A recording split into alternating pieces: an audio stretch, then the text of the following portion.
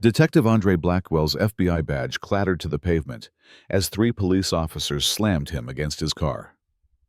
"You fit the description," they sneered, their eyes full of disdain. His undercover operation, months in the making, crumbled before his eyes. What they didn't know, though, was that their body cams were broadcasting everything live to FBI headquarters.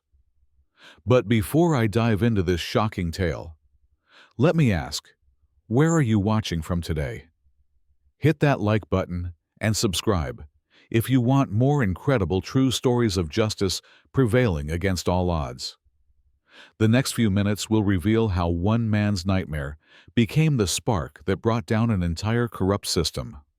At just 33, Detective Blackwell had built a reputation within the FBI as a meticulous, determined investigator.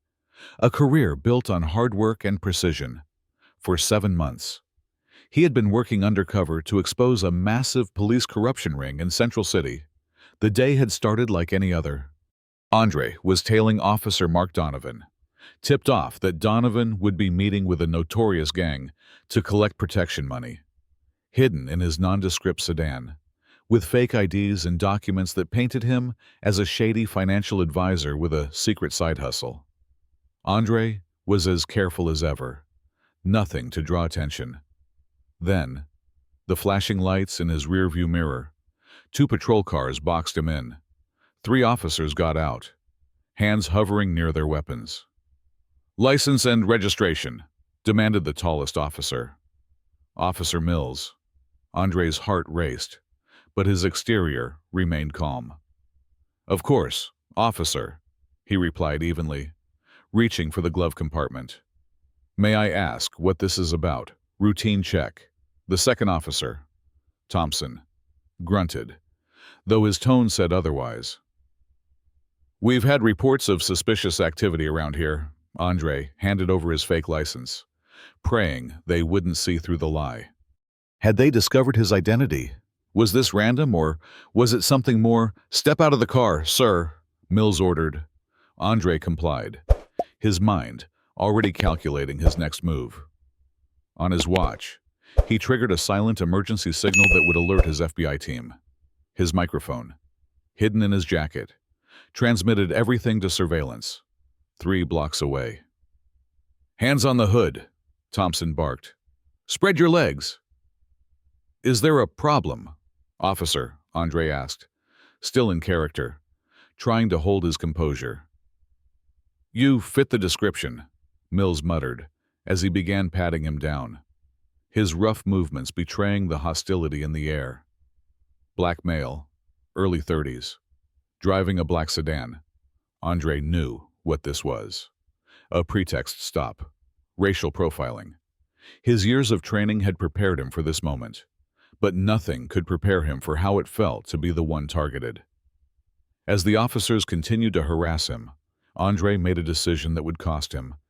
Revealing his FBI status would end this harassment, but it would also blow his cover. All the work, all the months of undercover operations would be ruined. He couldn't let that happen. That's when Officer Donovan appeared, the man Andre had been tailing. His gut twisted. This wasn't a coincidence. "What's going on here?"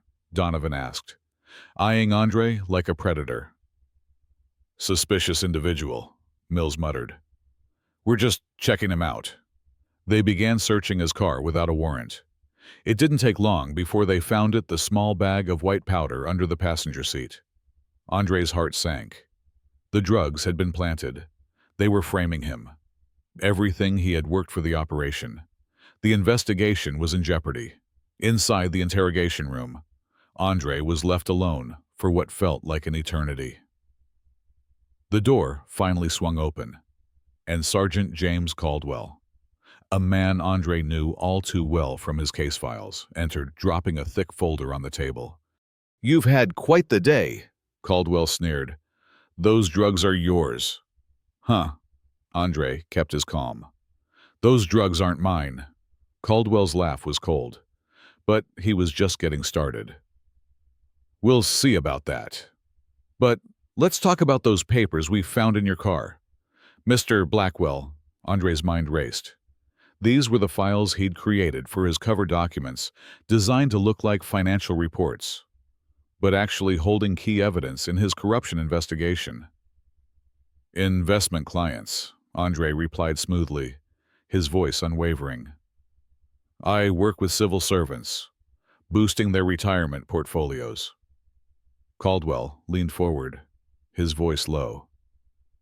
Those notes on evidence lockup schedules, you running product through financial channels.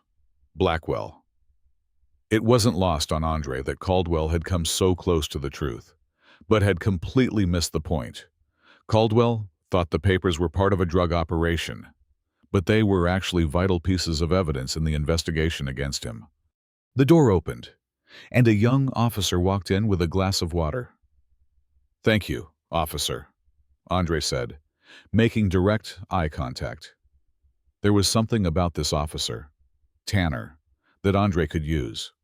His hesitation, his discomfort, it was all there in the brief exchange. As Caldwell turned his attention to Tanner, Andre took a mental note. The pieces were starting to fall into place, but he needed time. Just a little more. The FBI was watching, and they were about to make their move.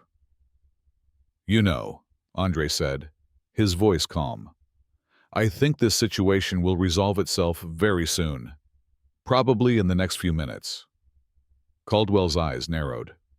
What's that supposed to mean? Andre smiled slightly. Truth has a way of coming to light, Sergeant. At that exact moment, outside the interrogation room, the FBI made its move.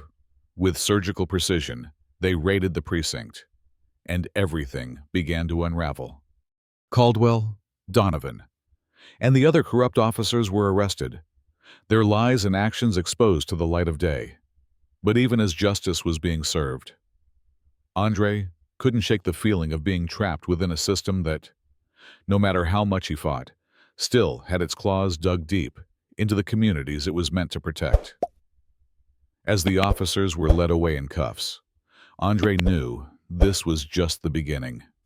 Justice had been done today, but it wasn't enough. As the media spun the story, as the officers were processed, and as the whole investigation came to a head, Andre felt a weight lift off his shoulders. But he knew the fight wasn't over. The corruption he had exposed was just one small part of a much larger battle. The next morning, as the press ran wild with headlines about the FBI raid, Andre sat at his desk, reflecting on what had just happened. The fight for justice wasn't about one case. It was about something much bigger. So, what do you think? Should Andre have revealed his identity earlier to stop the framing? Or was holding out the right call? Let me know in the comments. Don't forget to like, share, and subscribe if you want more of these incredible true stories. What happened to Andre today was justice. But for many, the road to real change is just beginning. And it starts with standing up, even when it seems like everything is against you.